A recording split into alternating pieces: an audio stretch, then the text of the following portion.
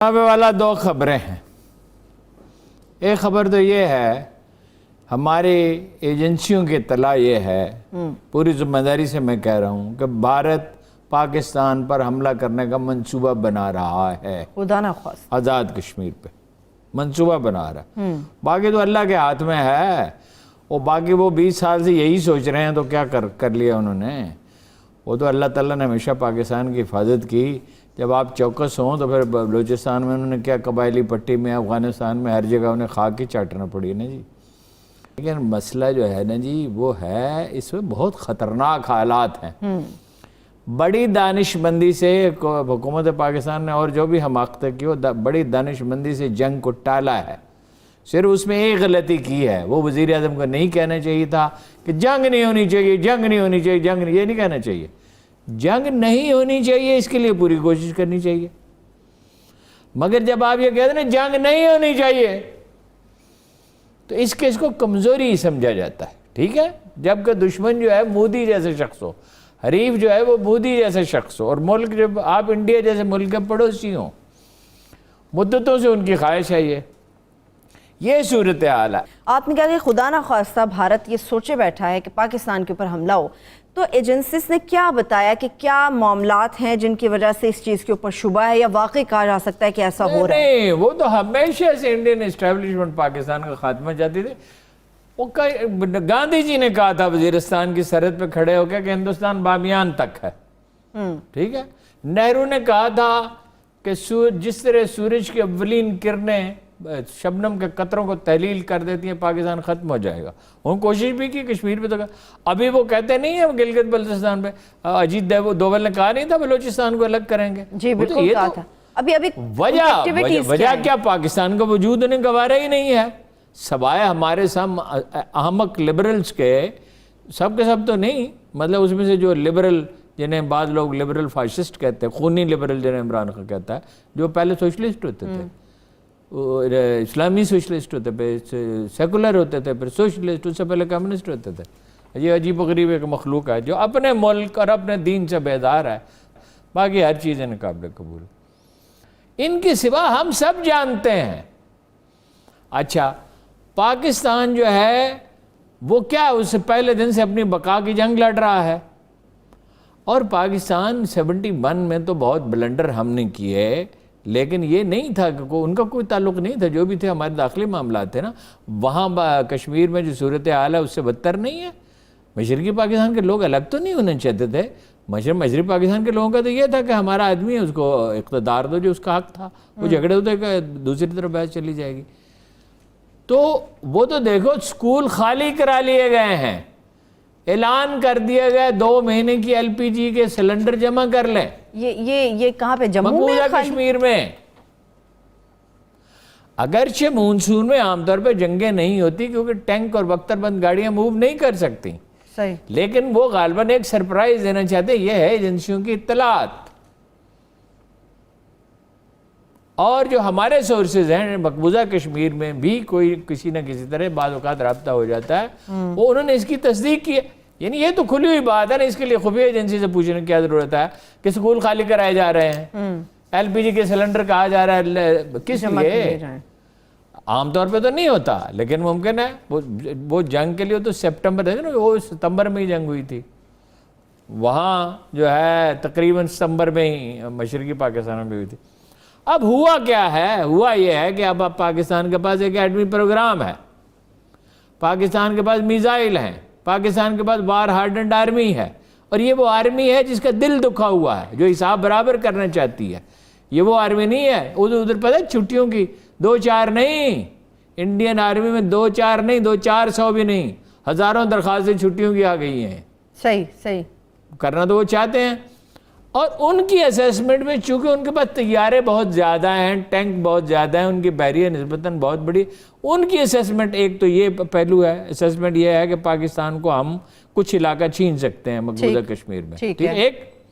اور چین سے جو بے عزتی ہوئی دیکھے نا، وہ تو بنا ہوا وہ تو ارجن بنا ہوا نا مہابھارت کا، کہ میں ہندوازم نافذ کر کے اس پورے علاقے پہ رہوں گا، ہندوتوا. اسی نظریے پہ، ہندوتوا کے نظریے پر. ویسے ارجن جو تھا وہ اور طرح کا آدمی تھا. وہ ویسے تاریخ کو ٹھیک رکھنا چاہیے. وہ تو کرشن مہاراج کرشن کے پاس گیا اور اس نے کہا میرے رشتہ دار ہیں مہابھارت میں نہیں لڑنا چاہتا. رشتہ داروں سے کون لڑے؟ تو انہوں نے کہا تم سچ پہ؟ اس نے کہا میں سچ پہ ہوں. تو انہوں نے کہا سچائی کا کوئی رشتہ دار نہیں ہوتا. یہ تو ارجن یہ تو کیا بنے تو پاگل ہے. تو بھارتی عوام کی تسلی کے لیے ادھر مداخلت کرنے کی کوشش کر رہا ہے کیونکہ چائنا سے بری طرح سے اتنی بے عزتی ہوئی ہے، اس قدر تذلیل ہوئی ہے، اتنی خفت اٹھانی پڑی. کہاں وہ اپنے آپ کو عالمی سطح کا لیڈر سمجھ رہا تھا، اور کہاں کیا یہ حال ہے کہ 72 گھنٹے تو گگی بندی رہی اور پھر تسلیم کیا کہ ہاں ہمارے کچھ آدمی مارے گئے ہیں. مگر ساتھ یہ کہ ہمارے علاقے پہ قبضہ نہیں کیا. تمہارے کیسے گئے؟ پھر ان کے علاقے میں گئے، تم خود ذمہ دار ہو. وہاں اپوزیشن بھی تنقید کر رہی ہے. یعنی انڈیا کی انٹرنیشنل پالیٹکس میں یہ تو ہم نے پتہ نہیں کیا مسئلہ دکھائی.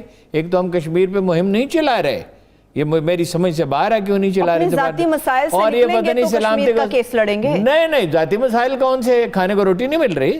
عمران خان صاحب بھوکے سوتے ہیں یا ہمارے جرنیل بھوکے سوتے ہیں یا ہمارے ڈپلومیٹ بھوکے سوتے ہیں. یہ نہیں، وہ کمپین چلانا کیا ہوتا ہے؟ وہ جن لوگوں کا کام ہے فارن آفس کا وہ چلائیں گے.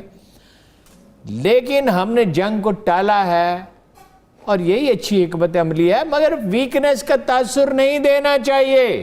یہ بڑا تباہ کن ہوتا ہے. جتنی آپ کمزوری ظاہر کریں گے دشمن اتنا دلیر ہوتا جائے گا. یہ جنگ نہیں لڑ سکتے ہم سے، اور لمبی جنگ تو بالکل ہی نہیں لڑ سکتے. اور ہم مسلمان ہیں، ہمارے لیے تو مرنا شہادت ہے، ہمارا ایمان ہے. ہمیں تو اس میں کوئی شک نہیں ہے کہ لڑتے ہوئے ہمارے جہاں اس سے بڑا تو کوئی اعزاز ہی نہیں ہے. صرف ایک یہی تاثر ہے ہارون صاحب کہ مودی جو ہے صرف اپنی خرچنے کے لیے کام کر رہا ہے. قرآن کہتا ہے تم سمجھتے مر گئے، یہ تو زندہ ہیں. من یقتل فی سبیل اللہ، تو زندہ ہے، تو ہم رزق دیتے ہیں.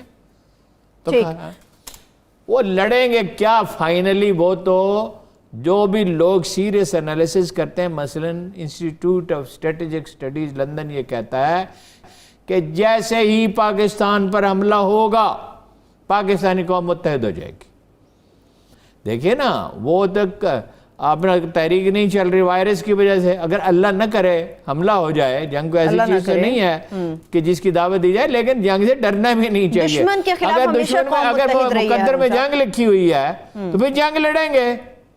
اور جنگ اس طرح لڑی جائے پھر کہ یاد رکھیں روز قیامت تک کہ ہوا کیا تھا. نہیں، وہ 2 کلو کا ایٹم بم کس لیے بنائے ہیں؟ روز قیامت کے لیے تو نہیں بنائے. خدا نخواستہ ہارون صاحب یہاں تک اس نہج تک معاملات جانے نہیں چاہیے. ہر اس حالات سے بچنے کی کوشش کرنی چاہیے جو کون کہتا ہے جانا چاہیے؟ تو پاگل ہی کہہ سکتا ہے کہ انسان قتل ہوتے پھریں، مریں، بچے یتیم ہوں، عورتیں بیوہ ہوں. اچھا، کون آرزو کر سکتا ہے؟ لیکن بھائی جنگ ایک زندگی کی حقیقت ہے. جب سے یہ دنیا بنی ہے جنگ ہوتی آئی ہے. اور اگر آپ کا بھارت جیسا پڑوسی ہو، یہ لوگ یہاں تو کچھ پاگل لوگ ہیں جنہیں یہ سمجھ نہیں آتی کہ خوف کے توازن سے امن ہوتا ہے.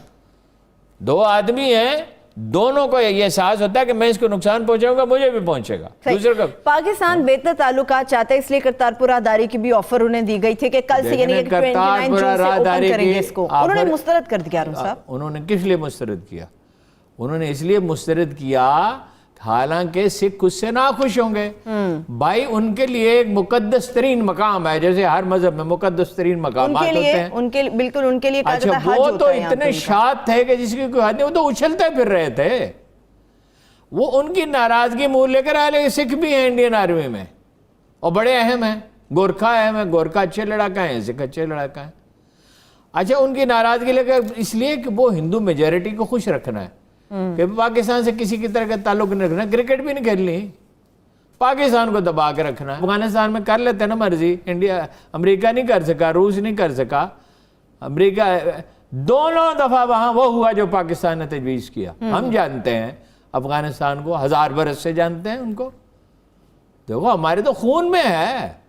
ہم جانتے ہیں پشتون کیا چاہتے ہیں، ہم جانتے ہیں باقی افغانی بھی. ہمارا تو واسطہ ہے ان سے. اور بھیا ہمارے ہاں کتنے پشتون آباد ہیں، ان سے زیادہ ہوں گے افغانستان سے. ہمارے ہاں تو کتنے تاجک ہیں، کتنے ازبک ہیں. صحیح.